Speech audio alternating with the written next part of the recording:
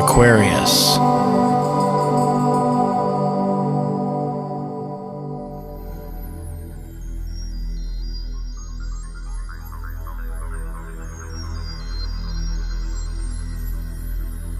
Hello everyone, I have an announcement to make before we get on with this month's forecast, and we have some exciting news. We've developed what we call the audioscopes, and this is coming in addition to what you get here on YouTube. There are YouTube videos outlined what you can expect and when, outlines the dates and so forth. The audioscopes though, they go a little bit deeper into the material and what you can expect emotionally, spiritually, and how to roll with the energies and the influences coming in the current months. So you can check it out for your convenience. I'm putting down the link right here and also down in the description area so that you can find it there on the home page. Now these audioscopes run approximately 15 minutes. Aquarius, this is your August forecast for 2013, and we have a special kind of month here this month. It's going to be a little rough, it's going to be a little good, there's a little bit of everything. But for you, let's just start off with the good news first. Jupiter has changed signs. You've had it in your 5th house here for this whole last year from late summer of 2012. And so you have had your time off to explore and have fun and expand within those hobbies and passions that you have. Many of you have also found new love during this time, which the 5th house is all about. And some of you might have turned parents this last year.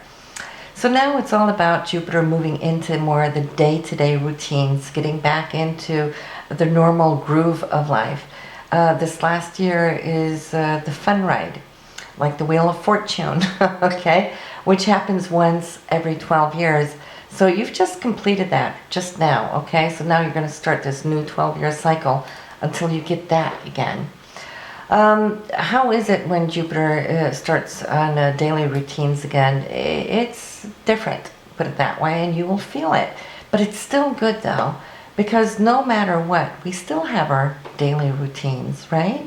And to have Jupiter here will just make those daily routines that much more heartfelt, jovial.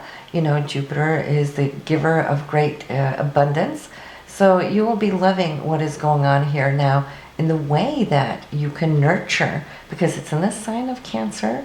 So it's how you nurture others and how you want to be nurtured in this very, what should I say, day-to-day life that in many other ways could be boring when we're just looking at how to organize and structure and file cabinets, all those things that are very mercurial.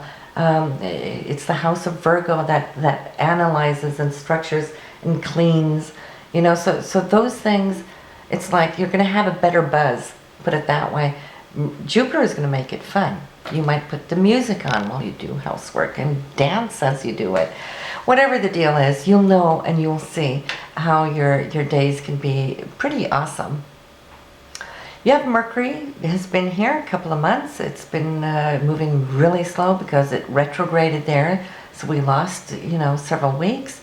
And it's going to be moving into your 7th house of committed partner relationships here on the 8th. We have the new moon on the 6th. And the 6th is then with both the sun and the moon in your house of love and relationship, committed partnerships.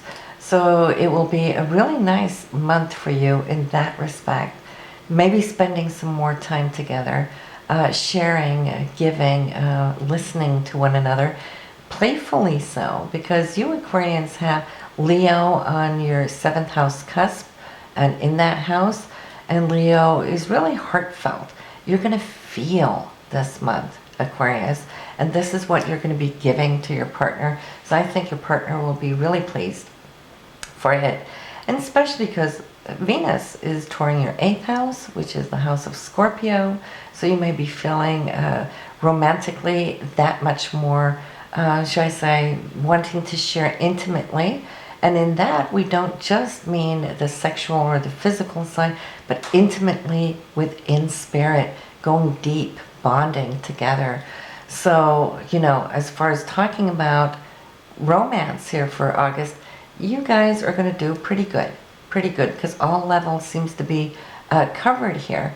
Mars is, in Cancer, and that is how to nurture and be nurtured, looking at their needs, your needs, and then it moving into your relationship. So you'll see what I mean. August is going to be great on that respect.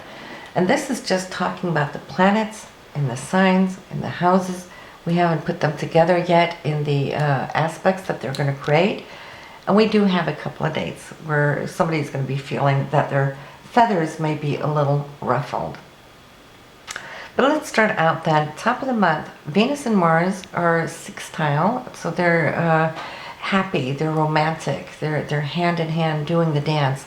For you, this will be between your 6th house and your 8th house. So it's all about giving to one another, nurturing one another. And I see it going both ways, okay? So it's mutual. And in this, use these couple of first days of the month to really use this energy consciously so it doesn't just slide by. That will become a very, lost opportunity, because not only is that going to be romantic, but both Venus and Mars here have an aspect to Chiron, which is all about the wounded healer, and whatever it is in your way of giving and sharing this month, it may just heal some open old wound that's still with you and resonating in your subconsciousness or in your aura somewhere, but that can be healed. So beautiful, absolutely great. Then we have this new moon, 6th house, on the 6th, in the 7th house of your relationships. We talked about that. Time to program how much more time you want to give and spend and share with your other in the coming months. So, but it's now that you have to make this promise. Then we have this first ruffle of energy, and for you, Aquarius, it's going to be between your 6th and 12th house. Jupiter is in the 6th, Pluto's in the 12th, so it has to do with the span between how you arrange your work days, both at home and at work, and where you're not too happy with, maybe feeling that you're having to sacrifice too much.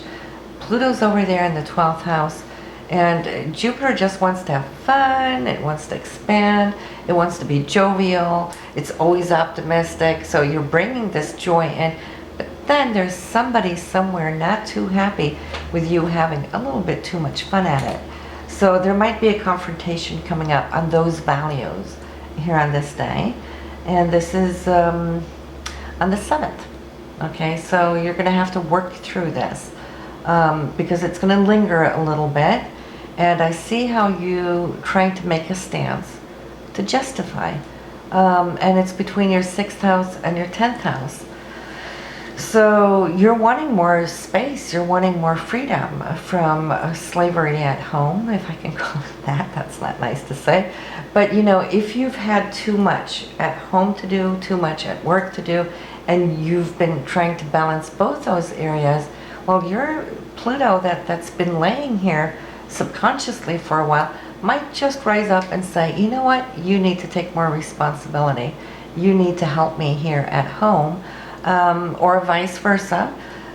Whatever the deal is, I think this is the values that are going to come to a head between work, daily routines. It might be at work, you might feel that there's too much pressure because you've got Saturn up there in the 10th house. Maybe they've just been piling on top of you more and more and more to do. And if you have been using a lot of inner strength to just take it, maybe you even liked it for a while because it really put you in a groove of moving forward in your career. But then here's that limit, Saturn saying, you know what, it's too much. And then Jupiter having to set that straight. However, whatever the deal is for you, that's going to trigger something on the 7th. And it's kind of like over a week or two, it's going to be on and off, trying to adjust, trying to find ways that can make it work better.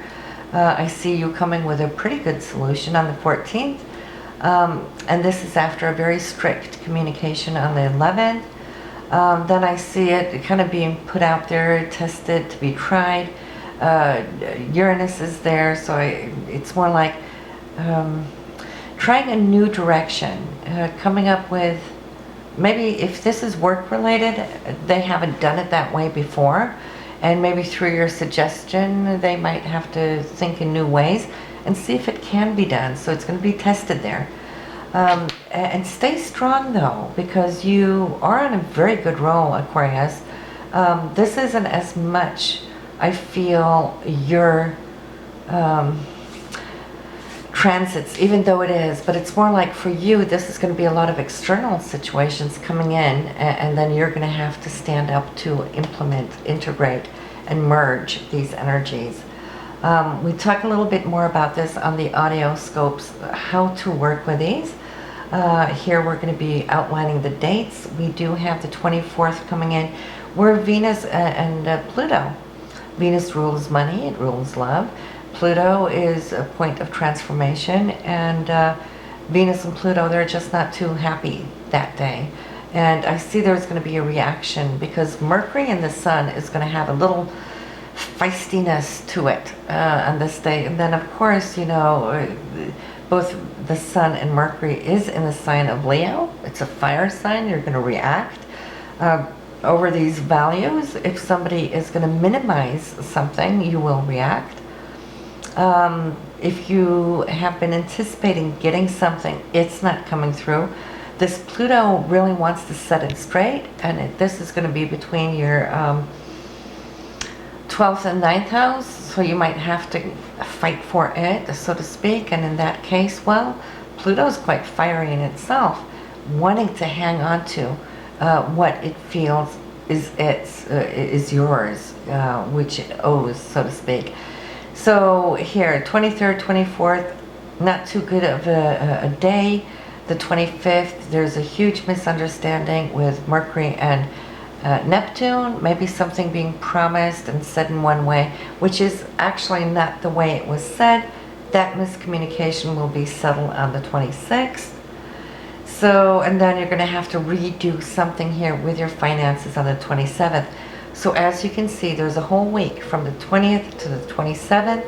And I feel it really has to do with one ongoing situation, facets of it.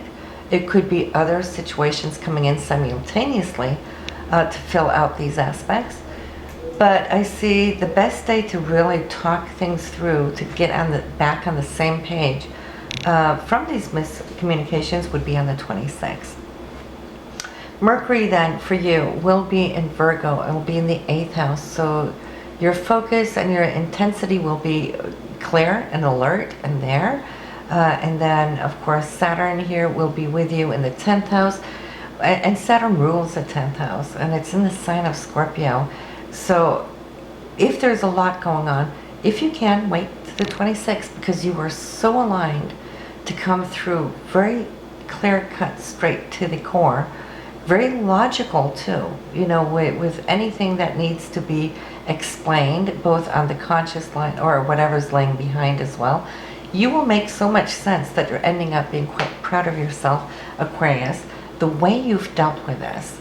And 8th and 10th house, well, it has to do with what you value and what you need to stand up for and defend. So the end of the month, 28th, Mars is moving, changing signs into your partnership and relationship house. This is going to power it up beautifully, passionately here at the end of the month. So good for you, Aquarius. I think you can look forward to a wonderful September that we will explore some more next month. But yeah, I see that you've kind of claimed your power back in whatever this month has set up for you, because I see you coming out of August thinking you did a great job.